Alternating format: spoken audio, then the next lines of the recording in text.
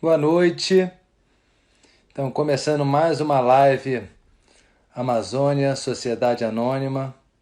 Hoje, dia 18 de junho. E, bom, vamos hoje receber nosso amigo Caetano Scanavino do projeto Saúde e Alegria. E ele, enfim, já está até aqui dentro. Ó. Vou botar ele já para dentro, peraí. Ia falar dele.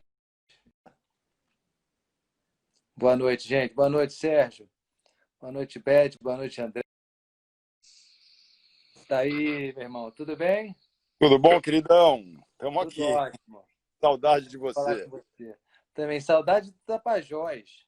Pô, a gente a gente está aqui também, mas está meio complicada a situação. Então não dá para quer dizer, não dá para andar muito, mas estamos navegando, fazendo entrega, barco a baré, barco hospital ali na água. Sim. Estamos sem parar aqui, mas tentando. Não está fácil não, né? Vamos lá. Enfim, trabalha já há mais de 20 anos, 30 anos, não é isso, mais ou menos? Putz, Aí 30 na região. dias, 20. Então, o Brasil virou o epicentro da epidemia, né? E a Amazônia virou o epicentro da epidemia no Brasil. Você está aí trabalhando com saúde já esse tempo todo. Você me falou outro dia um pouco da realidade no Rio Negro, no Tapajós. Eu vejo vocês há muito tempo trabalhando. Dá um pouquinho o panorama do que está acontecendo, qual é a situação, qual é a gravidade da situação e um pouco para as pessoas entenderem o que está acontecendo na Amazônia hoje. Então, bom, a gente vê com a Covid, né? Não é assim que aqui está pior do que os outros. Eu acho que temos aí um desafio que é no planeta inteiro. Preocupa muito a situação na periferia urbana, Rio de Janeiro, São Paulo também. Sim, E existem dificuldades em todos os lugares. Agora, nem sempre são as mesmas coisas da mesma maneira, né? Então, no caso da Amazônia, o que a chegada da Covid aqui, ela escancarou a mazela social dessa região, porque quando a gente fala da Amazônia, a gente fala muito da floresta, do meio ambiente, mas esquece sim, que é uma região habitada, moram aqui 25 milhões de pessoas, e uma situação também de carência estrutural, desafio também para o serviço público assistencial chegar em comunidades, chegar em aldeias, às vezes, que estão a 2 dias de distância de viagem, é, em relação ao centro urbano, né? E a Covid escancarou essas mazelas sociais que o Saúde e Alegria já vem há muito tempo, não só denunciando, mas também trabalhando, procurando solução. Então, se a gente pegar os dados hoje, a mortalidade de indígenas na Amazônia ela é 150% maior do que a média nacional. Se a gente vê também assim, a primeira região a colapsar, não foi nem Rio de Janeiro nem São Paulo, foi o Amazonas, isso. Manaus, depois Belém, Santarém, onde eu moro, estou falando com vocês aqui, né? Sim. Enfim, e quando a gente fala em colapso, não necessariamente a gente está falando de quantidades de casos, mas exatamente a quantidade de casos versus a estrutura, né? O quanto que essa estrutura de saúde pode comportar ao mesmo tempo. Então, não bastou, em pouco tempo ali de Covid no Brasil, não bastou muito para Manaus ser a primeira capital a colapsar, né? E a gente lamenta muito, porque perder uma pessoa pelo vírus, propriamente dito, é uma fatalidade, é triste, mas perder uma pessoa por falta de atendimento, por algo que, de repente, né, se tivesse uma estrutura melhor, poderia ser um óbito evitado, aí é difícil de engolir, é difícil de aceitar, né? E é exatamente, de uma certa maneira, o que está acontecendo aqui. Eu costumo falar Vocês têm até que feito testes aí? esse é um problema seríssimo, né? O Saúde e Alegria agora está somando esforços com a Universidade Federal do Oeste do Pará, a UFOPA, para a gente conseguir apoiar aqui as instâncias públicas e o sistema num consórcio aí de outras organizações para poder ter um laboratório local aqui para teste molecular e que a gente consiga viabilizar pelo menos 10 mil testes. Desses 10 mil testes, o Saúde e Alegria vai estar apoiando 1.000 com foco nessas áreas rurais, principalmente essa região do Tapajós, região do Arapiuns. Mas você tem o quê? Né? O Brasil é um dos piores países em testagem por milhão de habitantes, um dos piores em subnotificação. Se a gente pegar a Amazônia, ela é a pior região do Brasil em testagem e subnotificação. E se a gente pegar os interiores da Amazônia, são os piores em testagem e subnotificação da região. Então, a gente está diante aqui de desafios que, talvez, assim, estamos aí comparavelmente com as piores situações no mundo em termos de testagem e subnotificação.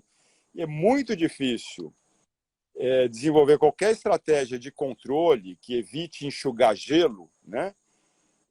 E monitoramento sem teste. Sim. Então, ou mesmo aí e no Rio de Janeiro, você fala, vamos trabalhar para retomar a economia. Não teve nenhum país no mundo que montou alguma estratégia com o mínimo de inteligência para retomar a economia sem testagem em massa. Né? E a gente está muito longe disso, o Brasil como um todo, e pior ainda, uma situação como a Amazônia. Né? Você me falou que fez uma testagem por esses dias aí, né? Você estava me falando um pouco dos resultados. Isso. Qual foi o que apareceu? Então, a gente está numa campanha aqui de apoio ao SUS, apoio ao município, às secretarias municipais, e teve uma rodada para o Tapajós, né, com a Secretaria Municipal de Saúde, que a gente reforçou e apoiou com distribuição de kits de proteção e higiene, em que também houve, por parte da Prefeitura, um planejamento de serviços e de testagem. Então, por exemplo, a gente está falando aqui de centenas de comunidades e localidades. Esse trabalho foi feito em 14, vou nem chamar isso de amostragem, mas se eu não me engano aqui, deixa eu ver se eu acho aqui. Tá, no Tapajós, de 149 testes, 117 deram positivos em 14 comunidades e aldeias. De 149, 117 positivos. A gente está falando aí de 78% de casos positivos. Né? Então, é uma situação muito complicada. Eu costumo falar que na Amazônia, desde 520 anos, né? Há 520 anos, de uma certa maneira, infelizmente, é lamentável, mas a situação da imunização do rebanho parece que é um método aqui que continua, né? Também escancarou com a questão da Covid. Então, chega o vírus, morre quem assim, se você tem uma aldeia, uma comunidade, ela está isolada, muito bom, ok, desde que não chegue o vírus. Não chega o vírus, não. Chegou o vírus, a proliferação é relâmpago, é muito rápido, ainda mais por via respiratória, essa coisa toda. E essas comunidades estão meio que ali, não tem celular, não tem energia elétrica, não tem como telefonar, não tem sinal, não tem nada. Você tem uma situação meio que estão lá meio que alargados da própria sorte. As pessoas vão a óbito e os que sobram se imunizam, beleza, está resolvido aquela localidade. Assim é, e assim sempre foi, quando a gente vê os contatos históricos aqui, né, dos brancos com os indígenas, você não precisa nem levar pólvora, já é um genocídio, o que mais matou índio na história do Brasil é gripe. Né? Mas aqui você determina, ou diria que a causa de ter 70%, 80% dessa amostragem ter positivo? Por que é tão alto assim? Se espalhou muito rápido? Qual é o sistema que vocês estão vislumbrando que possa ser esse espalhar do vírus? Existem várias questões, né? Mas a gente está falando, por exemplo, de um protocolo de testagem para quem apresentava alguma síndrome gripal. Né? Mas mesmo assim, a computador em que você tem localidades em que foram feitos testes e 100% apresentou positivo de Covid. Então, assim, a gente encontrou muito pouco gripe mesmo, propriamente dito, né? E aí existem uma série de fatores. Então, a propagação e proliferação rápida do vírus. No caso aí eu diria até que seria mais o que a gente vê também em outras situações, como no Xingu, você tem situações que estão com populações mais isoladas. Então, para a questão, por exemplo, de ocorrências respiratórias, né? O sistema de imunidade de populações mais isoladas, populações indígenas, ele é diferente do que se são pessoas que convivem numa metrópole, ou no Rio de Janeiro, ou São Paulo, Nova York, em que você está interagindo com pessoas o dia inteiro que vêm também do mundo inteiro. Então, Sim. você tem um monte de vírus e você vai se acostumando e criando uma imunologia em relação a esses vírus, né? E no caso das populações isoladas ou populações indígenas, como eu falei antes, assim, o que mais matou é a gripe. Então, é doença de branco. E a Covid é uma doença que também pegou de fora para eles aqui. E aí, então, se já tem ali uma fragilidade maior da questão imunológica, que se soma a uma carência infraestrutural dos serviços de saúde, longas distâncias, dificuldade de transporte, comunicação, poder ter um atendimento em tempo hábil, a questão das notificações. Isso aí também vale para indígenas e não indígenas, ou mesmo numa situação urbana de cidade. Se a gente for fazer uma comparação dos investimentos em saneamento básico na região norte do país versus as demais regiões, já é uma vergonha no Brasil inteiro. Na Amazônia é vexatório, né? O sistema de saneamento, 85% dos municípios nem tem esgotamento sanitário, as crianças aqui morrem por beber água contaminada dos rios, né? Isso também, isso Isso é grave. também é, isso também é uma forma de disseminação do vírus, né? Porque parece que pelas fezes e pela urina ele se espalha muito. Então, se Também. você não tem saneamento, até seria esse um dos motivos pelo qual a região norte colapsou tão rápido, né? Foi uma Aí das a gente explicações tenta possíveis, né? a questão da informação, a questão da educação. Então, por exemplo, o pessoal lá tem acesso hoje à televisão, mas você liga a televisão, aquilo que sai na televisão é para aquele tipo de público, né? Então, às vezes fala, fica em casa, mas lá, de repente, você tem um barraco ali de palha que mora 15 pessoas dentro, né? Você tem uma situação, por exemplo, que para a gente sempre é uma agonia, que são essas primeiras semanas de cada mês, onde tem um deslocamento muito grande das pessoas das aldeias e comunidades para os centros urbanos, para a questão de Bolsa Família, pegar lá o Tem isso também, né? Ir ao benefício, banco, a comprar alguma aposentadoria, coisa. comprar coisa. E, e aí, por exemplo, aqui ficou até famosa uma foto de Santarém na frente da Caixa Econômica. Nossa, parecia ali um amontoado de gente num momento que o vírus está ainda, né, estourando aqui. Está indo. E, ao mesmo tempo, essa pessoa vai lá, faz aquelas compras, vai no mercado, retorna para a comunidade, retorna para a aldeia, e aí está levando esse vírus para aquela aldeia que estava até então isolada. E aí, quando eles vão tentar ver o que se passa, o que está acontecendo, já é tarde demais, você não tem o atendimento, você não tem a possibilidade de ligar no celular, e aí caímos nessa situação de você ter, por exemplo, 70, 80% de casos positivos num agrupamento de testagem. Bom, vamos falar um pouquinho de soluções também, para não ficar aqui apenas lamentando. Eu vejo que o Saúde e Alegria faz já um trabalho há muito tempo ligado com órgãos estatais, com o Exército. Até uma vez eu vi uma foto sua que era, não lembro exatamente, eram vocês com algumas pessoas do Exército, alguém também da A jornada administração pública. Eu falei, pô, esse aí era o Brasil que que eu sonho, né? ONGs e exércitos juntos. Como é que vocês estão trabalhando agora para, enfim, eu sei que é difícil dar conta desse momento assim tão complexo, tão conturbado, e como você disse, de que as mazelas estão expostas, né? O vírus, na verdade, fez expor os problemas do Brasil que já estavam aí há muito tempo. Mas como vocês estão trabalhando, o que vocês já estão conseguindo fazer, como é que está o trabalho de vocês? Então, aí a gente já começou, né, no início do ano, fala, puxa, esse negócio está na China, ele está espalhando, ele vai chegar, até porque a gente é uma organização também de saúde, né?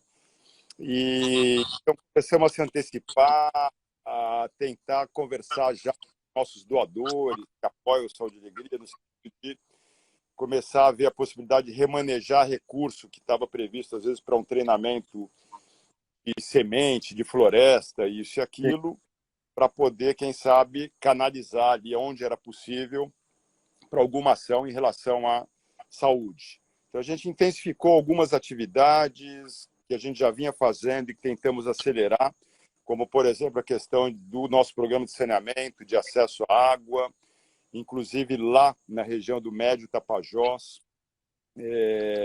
para que cada família de cada aldeia tenha acesso a um banheiro e uma água de qualidade. Não foi possível terminar a tempo, tivemos que parar, né, em função da Sim. Covid.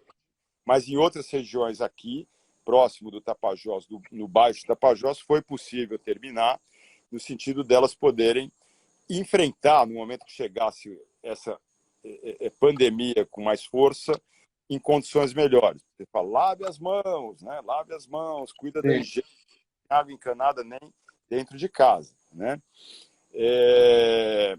Então, esse foi um trabalho. O outro trabalho foi fortalecer a parceria que a gente tem com a UFOPA e com a própria Secretaria Municipal de Saúde de Santarém, em cima do Barco Hospital Abaré, para já revitalizar alguns reparos, antecipar, e ele já fazer uma rodada em fevereiro, com vacinação, inclusive gripal ali, coisas que poderiam estar preparando melhor. Aí, de lá para cá, o pau comeu, a gente teve que entrar em home office, paralisamos tudo que diz respeito aos outros programas, estamos focando tudo na questão da saúde, lançamos uma campanha em parceria com organizações comunitárias, como o Conselho Indígena Tapajós Arapiuns, a Associação Pariri do Baixo Tapajós do Povo Munduruku,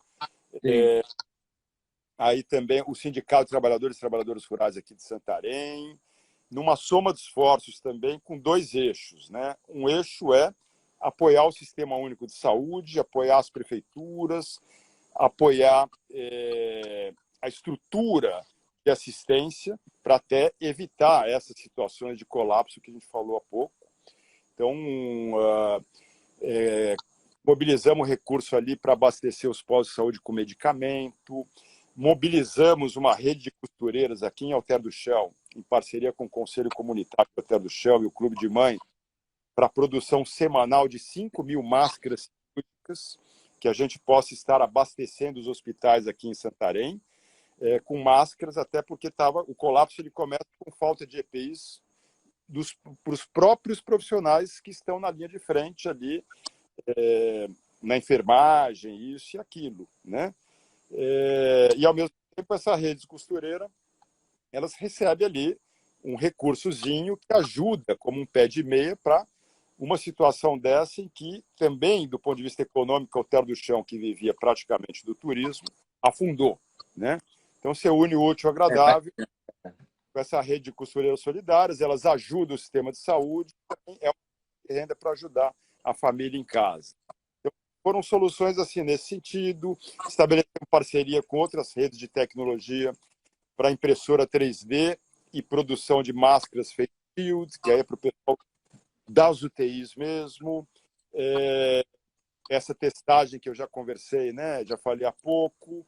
Uma linha era o suporte ao SUS, por exemplo, uma parceria com os expedicionários da saúde, para adaptação de máscaras de mergulho, doadas pela Decathlon, por exemplo, como aparelhos, equipamentos de suporte à respiração. Então, isso foi usado com sucesso na Itália, até 40% a necessidade de respiradores e UTIs. Numa região colapsada como a Amazônia, em que falta respiradores, por exemplo, São Paulo entrou na crise com um respirador para 2,4 mil habitantes. Santarém entrou na crise com um respirador para cada 20 mil. Então, a gente poder fornecer esses equipamentos, tanto para Santarém, tanto para Belém, inclusive, e outros municípios aqui da região, é uma forma também de você, se não é o ideal, é melhor do que nada, no sentido de pacientes que estão caminhando para uma situação de agravo que pode necessitar de um leito de UTI e de uma intubação e de um respirador. Então, essa foi uma linha de trabalho que a gente vem fazendo. E a outra linha é de atenção direta mesmo às populações mais vulneráveis, em parceria com as associações dos povos Munduruku, em parceria com as associações aqui da região do Baixo Tapajós, organizações comunitárias, cesta básica, kits de higiene e proteção, as rodadas do Barco Hospital Abaré. Enquanto eu estou falando com você, o Barco Hospital Abaré está agora atendendo as comunidades do Rio Arapiuns, trabalhar uma campanha educativa também que fale a linguagem das comunidades. Abrimos aí, colocamos para um programa chamado Alô Comunidades, para que as localidades, as aldeias tenham uma voz de meia hora por dia ao vivo para mandar áudio, ligar e falar o que está acontecendo lá, né? E poder ver o que é que eles estão ali falando e poder pegar essa mensagem e encaminhar, inclusive, para as autoridades competentes. Se está falando de saúde indígena, para a CESAI aqui, está falando de saúde ribeirinha, para a Secretaria Municipal de Saúde do respectivo município. Então, assim, uma série de ações que a gente está somando aqui. Não é uma situação fácil. Acho que a crise, a sensação é da gente acordar, dormir, trabalhar dia, noite, sábado, domingo, segunda. Infelizmente, a sensação é de enxugar gelo, né? Mas, assim, quantos que a gente está conseguindo aí evitar uma contaminação, um determinado contágio, ou quantos que a gente está conseguindo evitar um agravo, uma situação que vai ter que entrar numa fila de respirador que não tem, né? E quantos Sim, que a gente pode estar aí salvando vidas. Então, se a gente se calcar pelas perdas, não dá nem vontade de acordar no dia seguinte. Mas se a gente se calcar pelos ganhos, né? Aí sim. dá para manter essa saúde e alegria para poder acordar e continuar. Acordar com alegria, né? Isso. Eu tenho medo quando eu acordo de ver as mensagens. Em geral, as notícias são difíceis, né? Mas vocês são, assim, têm uma característica de trabalhar com parcerias desde sempre. Outro dia a gente estava numa reunião, essas agora virtuais, né? E você falou, e a gente concordou, que você não é da turma do Fla-Flu, que não quer, que acha que tem que somar, que tem que... Tô brincando. Metade da Não, live. não, mas nem Corinthians e Palmeiras, assim. Tudo Você bem. viu que até a torcida do Corinthians aplaudiu do Palmeiras domingo na Paulista, né? Pois é, exatamente. A gente estava lá, de coração, né? Mas, enfim, eu queria que você falasse um pouco desse modo de trabalhar, que eu acho que é um modo de trabalhar tão necessário hoje de se pensar no Brasil, né? Mesmo a gente com raiva de tanta coisa ruim que está acontecendo, tanta gente errada em lugares importantes, mas como é que é esse jeito, essa filosofia de trabalho de vocês, que acho que é muito legal da gente ouvir. Então, é legal a pergunta, porque assim, num momento desse, para a gente teve até uma situação meio que peculiar, porque a gente imitou uma crise na outra. Então, o que a gente passou no final do ano não foi fácil, com uma acusação fake news insana, irresponsável, inconsequente, de tentar desmoralizar ali o nosso trabalho, 30 anos de trabalho sério. Horrível. Assim, numa coisa maluca da gente ter botado fogo na floresta, em conluio com brigadistas, para poder captar recursos, inclusive orçamentos bem irrisórios perto do que a gente já tem e trabalha. Tudo. Então, assim, não é um momento, não foi um momento fácil, né? Mas, assim, mesmo naquele momento, a gente tem que enxergar, né? Tem que ver também quem não gosta da gente, quem questiona a gente, e a gente tem que atender, né, a quem questiona a gente, se gosta ou se não gosta, porque, de uma certa maneira, a gente é uma organização de interesse público. Então, cabe a gente também servir quem gosta e quem não gosta da gente. Cabe a gente responder, sim, tem que absorver críticas e como é que a gente pode aprender com isso. E o mundo dá voltas, a Terra não é plana, né? A Terra é redonda, então Graças a... a gente jamais foi contra a polícia, pelo contrário, tem um respeito grande aqui. A polícia, o exército mesmo que você citou, é parceiro nosso nas jornadas cirúrgicas. Tem policiais e policiais, tem juízes, tem ONGs e ONGs, tem empresas e empresas, enfim. Então, eu acredito muito mais em você, em vez de falar Fla-Flu, né? Quem do Fla, né? É do bem, quem não é, quem do Flu é do bem, quem não é, e quem sabe se junta os Flas e Flus do bem de um lado para tentar combater desmatadores da Amazônia, quem vive de ilícito e news. Tanto que, por exemplo, a gente aqui está parceiro, inclusive, da mesma Polícia Civil, que entrou lá no nosso escritório, levou lá 8.000 documentos, prestações de contas 7 anos atrás, no sentido de poder apoiar eles com EPIs. Inclusive, a semana passada fizemos uma distribuição. Amanhã vou fazer aqui em Alter do Chão também, para a Polícia Militar, porque esse pessoal eles precisam de condições básicas, né? Eles são fundamentais, assim como enfermeiros, bombeiros, essa coisa toda. Estão no front, estão se arriscando, estão arriscando as famílias deles ao retornar em casa, né? Para casa.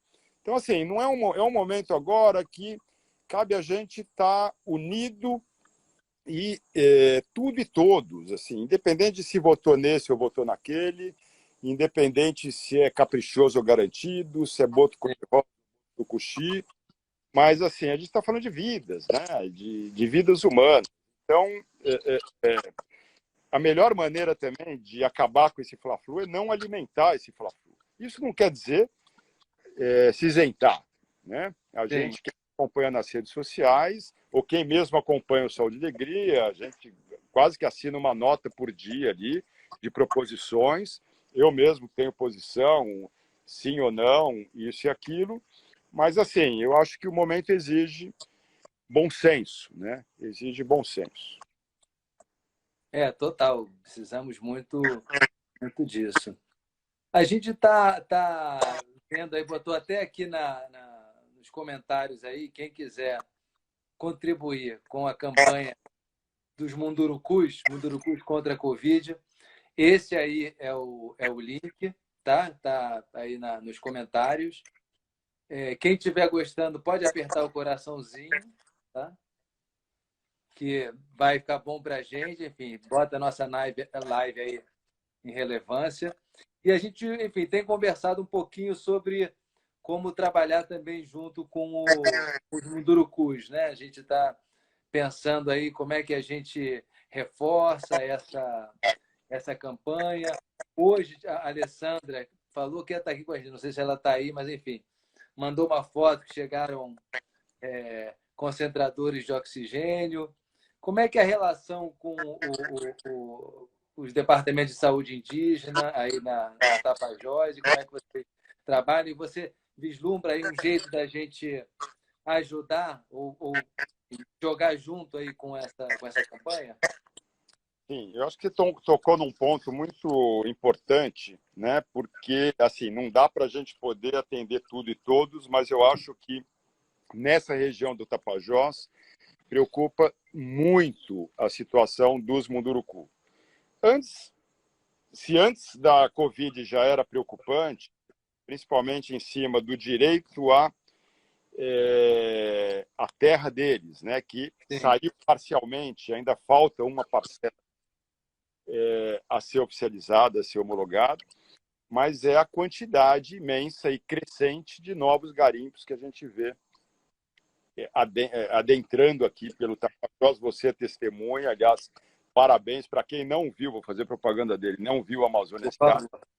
é obrigatório. Ó, e eu moro aqui há 32 anos, não aguento mais documentário da Amazônia clichê, essa coisa toda. Quando eu vi o do Estevão, eu falei, putz, e aí a gente sabe onde ele foi, é dureza ir até lá também. Muito bacana, parabéns. Obrigado, querido. Mas assim, preocupa muito, né? E você tem uma situação também em que... O Krenak entrou aí, ó. Ailton Krenak, querido. Ô, mestre! E Beijo, agora... mestre, para você. Agora ficou responsa aqui essa live, hein? Putz, com o cara aí eu não posso nem ir agora. Botar ele aí, a gente fica vendo ele, pô. Quem sou eu? Olha aqui. Aliás, Mas fala. falando hoje aqui o Krenak, que falou que o que ofende ele, né, em relação ao Weintraub, que saiu hoje, não era o preconceito dele em relação aos povos indígenas. O que ofende era ele ser ministro da Educação, né? Sim. Queridão, Krenak, ó, aqui, ó, você é nosso professor. Junto sempre. Mas assim, você tem uma situação perversa, por exemplo, nesse Fla-Flu que você estava falando, eu falei assim também, eu vou me negar a entrar nessa discussão polarizada de desenvolvimento versus ONGs, desenvolvimento versus meio ambiente, né? Até porque eu acho que a discussão que precisa ser feita é outra, é que modelo de desenvolvimento a gente quer. Um modelo que seria para todos ou só para alguns poucos, um modelo que seria só para a nossa geração ou para as futuras, um modelo para o futuro ou para o passado. E se a gente pega a situação, por exemplo, o progresso, as ONGs são contra o progresso, os ambientalistas são contra o progresso, voltando à questão da região lá do Tapajós, onde estão os Munduruku, né? Aí eu me pergunto, e o garimpo move a economia local, acabar com o garimpo é travar o desenvolvimento. Aí eu me pergunto, então me respondam, por que em 5.500 municípios, deixa eu ver até se eu acho o dado aqui, né? Porque em 5.500 municípios, Jacareacanga, um dos locais do Brasil com mais ouro no subsolo, sim, no índice de desenvolvimento municipal, 4.377, não sei nem se 4.000 e lugar, né? Não sei falar primeiro. 4 milhões, sei lá como é que fala isso. Em 4.367, Jacareacanga em 5.418. Está entre os 82 municípios mais pobres do Brasil em 5.500 municípios. Então, se é para falar de progresso, por que em Jacareacanga, não tem asfalto nas estradas, não tem hospital de primeira? Por que ONGs como o Sol de Alegria, Expedicionário da Saúde, tem que arrumar cilindro de oxigênio para lá? Sim. Cadê esse progresso? Cadê esse dinheiro do ouro? Né? Que tipo de progresso é esse? Então deveria ter universidade, asfalto, luz elétrica. O que tem lá é blackout de internet banda larga. Né? Está muito longe. Então, assim, o índice de desenvolvimento municipal de Jacareacanga, repito aqui, né? Está entre os 82 piores municípios num conjunto de 5.500 brasileiros. Então, quem que quer discutir progresso, vamos discutir isso aí. Isso aí que tem que ser na mesa, não é esse negócio sim ou não. Vamos discutir isso aí.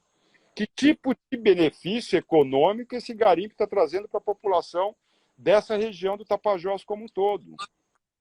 Né? É uma roubada total. E se a gente olhar os garimpos do Tapajós, eu tenho um artigo que eu fiz até que repercutiu, ficou até complicado depois voltar a Jacaré, né? Mas assim, a gente está despejando os garimpos anualmente o equivalente a um brumadinho em termos de sedimento a cada 20 meses. É a mesma caísse um brumadinho a cada 20 meses. São 7 milhões de toneladas de sedimentos que os garimpos do Tapajós despejam anualmente no rio. E eu tenho até, inclusive, aqui os dados que não são nem meus, é do próprio secretário de Desenvolvimento, ex-secretário Eugênio Viana. Para cada 1 quilo de ouro legal que paga imposto, 10 saem ilegais. Então, que modelo de desenvolvimento é esse que a gente quer? É para economia, progresso? Temos econômico e progresso. Então, você destrói a floresta, você destrói direitos indígenas, você deixa de demarcar terras, né? Você mantém garimpos ilegais. Se tem um cara do IBAMA que vai tentar tirar aquele garimpeiro ilegal, em vez de tirar o garimpeiro, ele que perde o emprego, porque o ministro do Meio Ambiente tirou o cara em janeiro, né? Existe uma inversão de valores.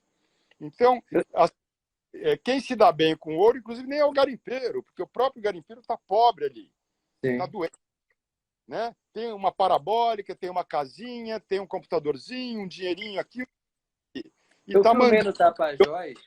Outros que saem de avião para fora. Né? Eu filmei no Tapajós aí, enfim, o pessoal que trabalhava em barca, né? Nossa, turma muito fodida, assim, porque trabalha 6 horas, às vezes até mais, 9 horas embaixo da água o dia inteiro, tem descanso de 40 minutos, sai com o nariz sangrando, recebe assim, um pedaço, acho que são 10% do que ele tira de ouro lá de baixo, e aí quando chega para comprar, porque aí como é ouro, tudo é a base de ouro, então eu ia comprar uma Coca-Cola, era R$30, uma Havaiana, R$70. Então acaba que, como tudo fica inflacionado, aquele ouro não vale nada, né? Continua valendo, então fica todo mundo. Agora, eu queria te agradecer também, fazendo um comentário sobre o que você falou, que é o seguinte: outro dia eu entrei numa discussão sobre o modelo de desenvolvimento. Falei, olha, entra no site Índice de Progresso Social, tá? Da Amazônia, ipsamazônia.org.br. Eu vi o Beto eu lembrei dele. Beto está aí, está na área. E você, aí eu tenho que te agradecer pelo seguinte: eu falei assim, olha, dá uma olhada lá, porque estava falando, não, porque tem que ver, porque é só os lugares que plantam soja que leva a desenvolvimento e leva a progresso. Eu falei, olha, pode ser, enfim, tem vários prós e contras da questão do plantio de soja. Enfim, essa é uma outra discussão. Mas entra no Índice de Progresso Social e você vai ver que o Índice de Progresso Social da capital do agronegócio Sorriso é a mesma da Reserva Extrativista Tapajós Arapiuns. Então, não é dizer que só existe um caminho. Existem vários caminhos e esse caminho da floresta em pé, da terra, da propriedade de terra coletiva, de uma reserva extrativista, onde, enfim, tem pessoas maravilhosas, com uma sabedoria, com uma cultura, vivendo, já se formando, né? Vai estudar na UFOPA, já se formando em diversos cursos de medicina, de direito. Enfim, são coisas que indicam um caminho muito importante. Eu queria te agradecer porque vocês também estão nessa frente aí pertinho. Acho que vocês também dão uma sustentação na área de saúde, educação, de reflorestamento importantíssimo. Você tocou num ponto também, ainda nessa discussão ali, né, de ambiente versus progresso e tal. Aí você tocou no ponto da soja do agronegócio, né? Eu não sou contra o agronegócio, eu sou contra o ogronegócio. Então, assim, o agronegócio da grilagem de terra, o ilegalismo aqui, que deveria ser exceção, é regra. Então, por exemplo, se eu sou lá um madeireiro do Rio Grande do Sul, eu sou super certinho, finge que tem, que existe, vai. Um cara super, vou fazer tudo com direito trabalhista, quero ir para a Amazônia, com manejo sério, isso e aquilo. Eu vou chegar aqui, investir. Como é que eu vou concorrer com preço baixo da madeira ilegal? Ou eu quebro, ou eu mudo de lado. Então, o sistema aqui, ele premia o ilícito, quando ele deveria premiar quem está fazendo a coisa certa. Quem tenta fazer a coisa certa, tenta, e aí vai ter que mudar de lado, porque ele é prejudicado, né? E aí você pega, vamos discutir, vamos debater, vamos debater seriamente? Vamos debater. A gente, nesses anos todos, derrubamos aí 780 mil quilômetros quadrados de Amazônia, dá 2 Alemanhas. É uma loucura. Mas para colocar o que no lugar? 63% dessa área devastada, ela está sendo ocupada por pastagens de baixíssima produtividade, menos de boi por animal, níveis assim de países africanos com 1/10 do nosso PIB, sem tanto acesso à tecnologia como a gente. Os outros 23% estão abandonados. Então a gente está desmatando também para ficar mais pobre. A gente está garimpando para ficar mais pobre, estamos desmatando para ficar mais pobre. Então, assim, que tipo de inteligência estratégica? E aí eu também não vou falar só governo Bolsonaro, é uma questão de visão dos Sim, últimos. se vem de muito tempo. A esquerda, às vezes, a direita fala meio ambiente é um problema técnico, a esquerda fala meio ambiente é coisa de burguês, e a sociedade fala meio ambiente é agenda de ecochato. E quando a gente começa a pensar que meio ambiente deveria ser política de Estado, né? Deveria ser algo que deveria ser apropriado pela sociedade como um todo, aí vem um desafio, se o Krenak estiver ouvindo, ele vai lembrar da época lá da Rede dos Povos da Floresta, que a gente falava, o Arnaldo do GTA falava, né? Que a questão não é internacionalizar a Amazônia. A questão é nacionalizar a Amazônia e amazonizar o mundo. Quer dizer, como é que o eixo Rio-São Paulo começa a se apropriar mais dessa região, dessa parcela de floresta, e que nos coloca aí como o primeiro no ranking em biodiversidade, em plena crise climática, começar a enxergar a Amazônia como escuta, ouvir o povo Munduruku, ouvir o povo Krenak, ouvir o povo Yanomami, né?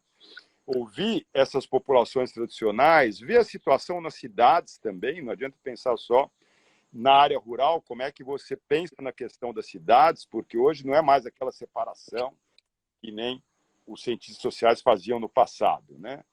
Campo e cidade estão muito interligados, você tem pessoas que estão na aldeia, eles vão para a cidade, vai para Altamira, vai para Santarém, volta, né? É tudo uma coisa interligada.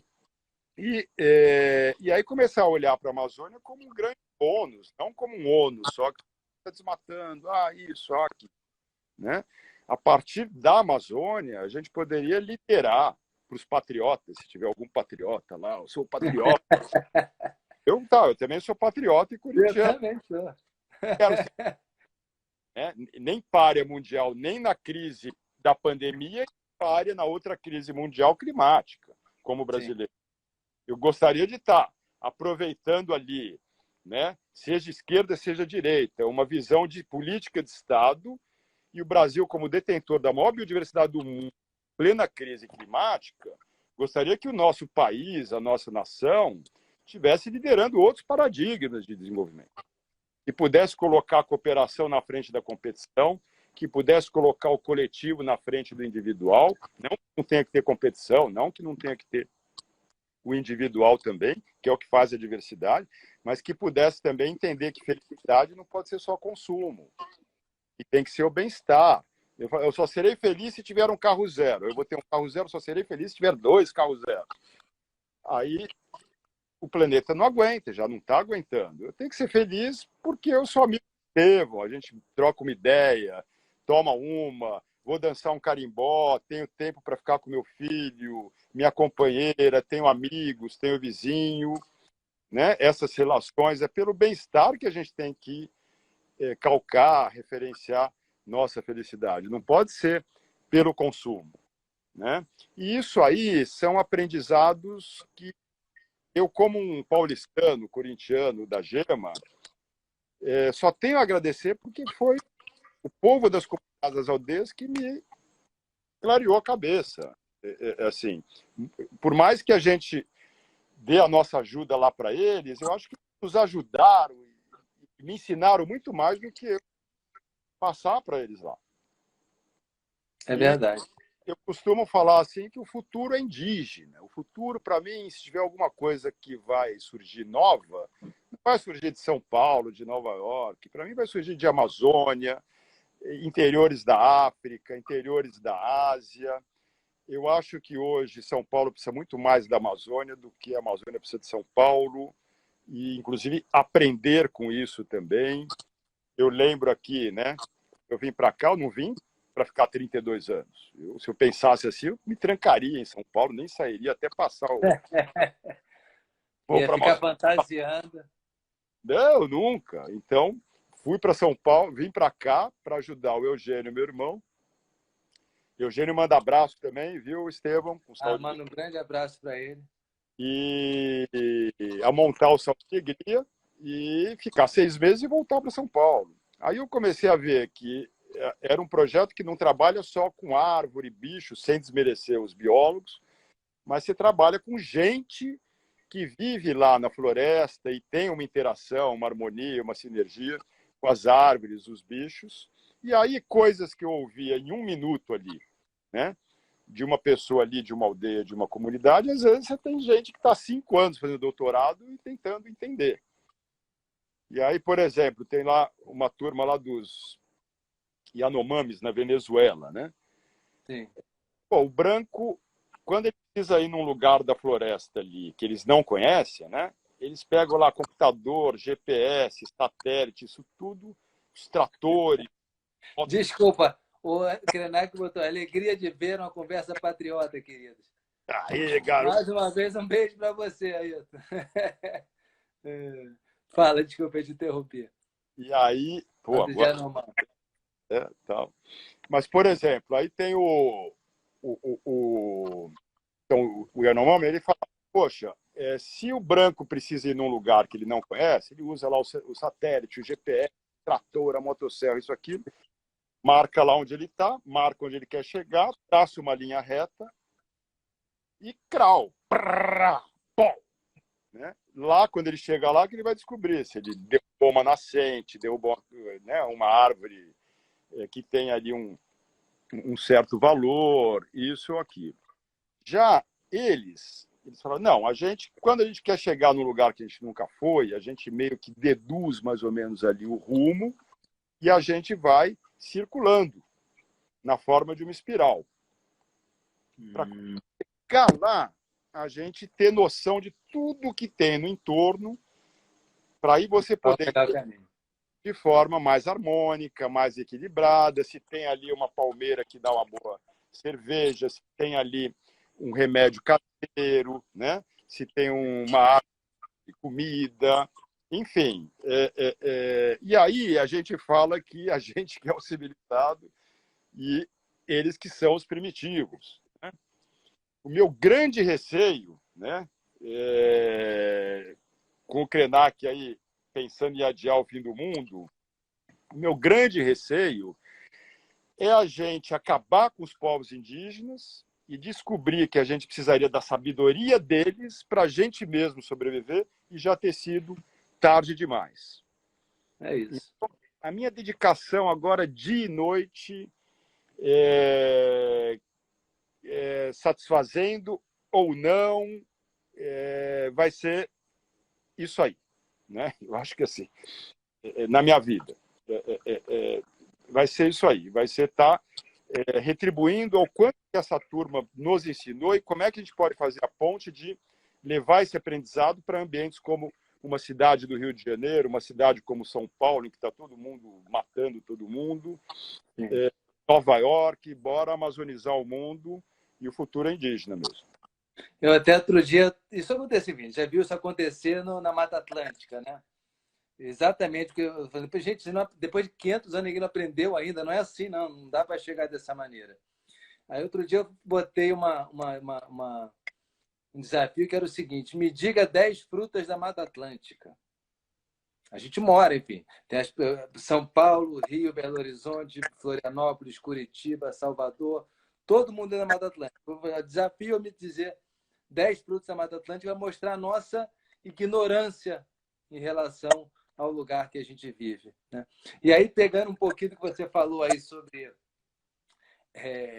o jeito do branco de chegar no lugar, quando eu estava fazendo a minha série para o Fantástico, em 2014, eu entrevistei o Eraí Maggi. Fui lá, passei um dia com ele. E aí eu tive a oportunidade de uma hora conversar com ele. Ele falou assim, porque aqui a gente tinha que passar uma estrada, mas aqui tem índio, aqui tem tartaruga, aqui tem uma cachoeira. Pô, isso não dá. Ele estava me reclamando comigo, achando que eu era um repórter da TV Globo, tarará, que eu ia falar sobre aquilo. Aí eu tive a oportunidade de falar assim, olha, mas Eraí, pensa comigo aqui. A natureza, Deus, enfim, quem você quiser acreditar que se construir isso aqui, demorou milhões de anos para você para fazer, para chegar nessa formação que a gente encontrou agora. 5, 10 anos, 20 anos para você pensar como fazer o melhor jeito de não interferir é nada. Não dá para achar que 5 anos é muito tempo para você fazer um estudo de impacto ambiental. Porque isso demorou milhões de anos para estar desse jeito. Isso não é feito de qualquer maneira. Né? Aí ele ficou um pouco me olhando assim. Mas foi um momento que até eu agradeci ele, porque ele me fez realizar também uma coisa, exatamente isso. A gente tem que olhar para as coisas de uma outra maneira. De fato, eu também concordo com você que tenho aprendido muito com os amigos e parentes indígenas. E estou lendo agora o livro do... Já li o livro do Krenak, estou lendo agora o livro do Yanomami, Davi Yanomami. A Queda do Céu.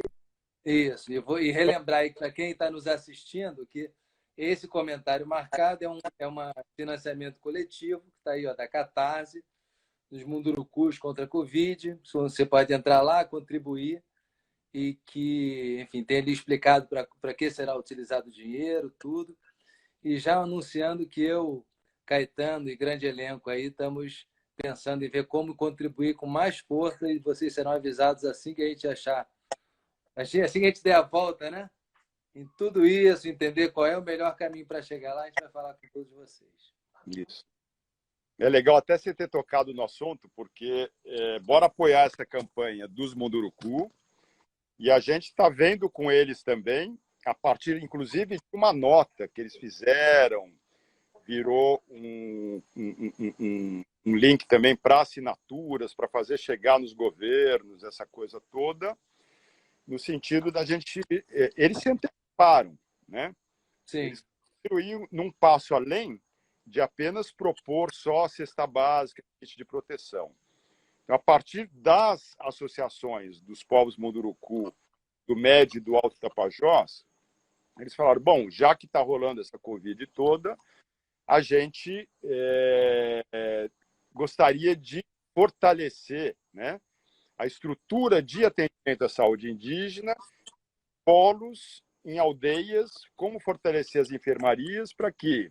Porque a cesta básica você comeu, acabou. Como é que se aproveita esses recursos que estão entrando também para poder implantar ali estrutura melhor, que mesmo pós-pandemia permaneça lá para qualificar um pouco o serviço da saúde indígena.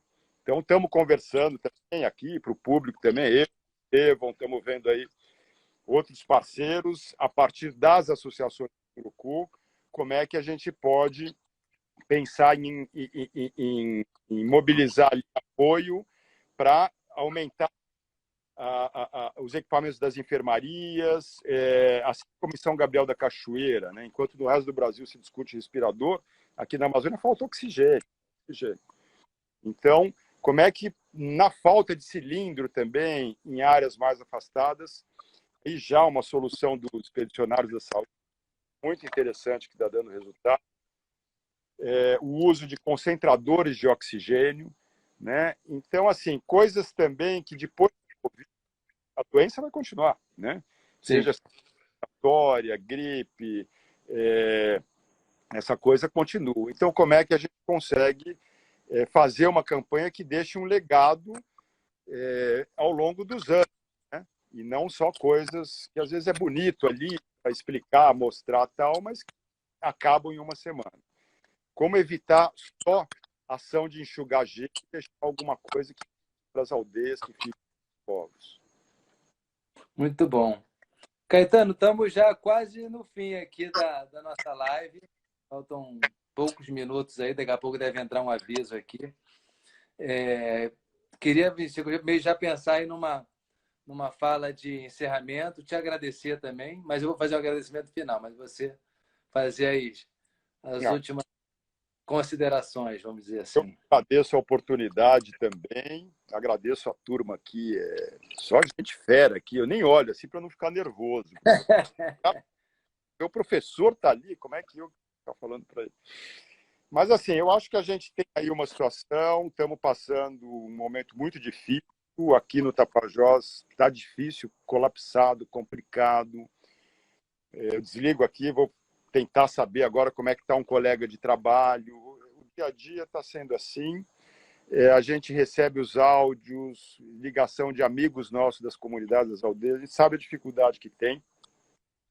Então, a gente não pode deixar de estar no urgente, urgentíssimo. Mas eu também não acho que há razão para ter também tamanho otimismo de que essa situação da pandemia vai nos deixar mais humano, vamos trabalhar uma agenda civilizatória, esse é um aprendizado para o planeta inteiro, porque eu acho que também vão ter aí duas visões, né? Uma visão vai ser o desenvolvimento, entre aspas, a qualquer custo. Vamos colocar a mineração em área indígena, vamos recuperar o tempo perdido, né? Vamos recuperar o tempo perdido, vamos flexibilizar direitos em nome do emprego, vamos invadir mais a privacidade dos outros para saber se o cara teve ou não teve Covid, vamos acabar com o fluxo migratório, vamos ser nacionalista, fechar a fronteira. Então, vamos concentrar mais renda. Então, é simples. Um cara que tinha 1 bilhão perdeu meio bilhão. Perdeu meio bilhão. Só que ficou com meio bilhão numa terra arrasada. Então, se você pega aqui em Alter do Chão um terreno que custava 200 mil, hoje o cara lá está precisando pagar a dívida, ele vende por... O cara com meio bilhão compra esse um monte de terreno, tem dinheiro para sobreviver os próximos 5 anos, para daqui 5 anos aquilo que valia 200, que ele comprou por 20, vai estar valendo 500, ele vai vender por 500. Então é difícil não imaginar que essa pandemia vai deixar de concentrar mais renda no mundo. Né? Então, como é que a gente pode também se antecipar em relação a isso e também não ficar sou contra isso, sou contra aquilo? Como é que a gente pode ser contra-propondo também? Então, Sim. Como é que a gente pode pensar numa lógica de Amazônia, por exemplo, desenhando políticas mais robustas para a eficiência agrícola, em áreas agricultáveis, em que você possa entrar mais com menos terra, né? Reduzir a pressão das unidades de conservação, reduzir a pressão sobre as terras indígenas, uma agenda que permite demarcação já, desmatamento zero, com eficiência agrícola. Como é que pode se pensar em bioeconomia, conhecimentos profissionais em que você pode trabalhar o cacau, o óleo da andiroba, né? Trabalhar lógicas ali que podem render muito mais dinheiro, né? Que podem deixar esse dinheiro aqui de forma distribuída para um número muito maior de pessoas envolvidas, beneficiadas via emprego, via empreendedores, né? E que tenha muito mais a vocação da Amazônia. O Brasil poderia ser um líder em biotecnologia, em bioeconomia. Não adianta querer concorrer com isso e aquilo. Para falar que tem caminho, eu não quero só terminar, né? Falando só delas. Então, como é que a gente pode se antecipar, pensando ali em fazer um contraponto a essa desenvolvimento a qualquer custo, pós-pandêmica, com um desenvolvimento que adie o final do mundo, seguindo o nosso mestre Krenak, com mais saúde, mais alegria. Então, bora pensar em resposta também, porque é oportuno isso. Adorei. Estamos já realmente terminando, já chegou aquele aviso aqui, ó, vai acabar. Então, olha, queria agradecer mais uma vez o seu tempo, a sua presença aqui com a gente, a presença de todo mundo que nos acompanhou nessa live. E, bom, quinta-feira a gente continua, quinta-feira que vem tem mais, tá? Toda quinta-feira, às 7 da noite, estamos aqui para pensar, falar e agir em prol da Amazônia. Krenak, última mensagem aí, ó. Beijo para todos, mestre. Seguimos em frente. Obrigado, hein? Tchau. Tchau.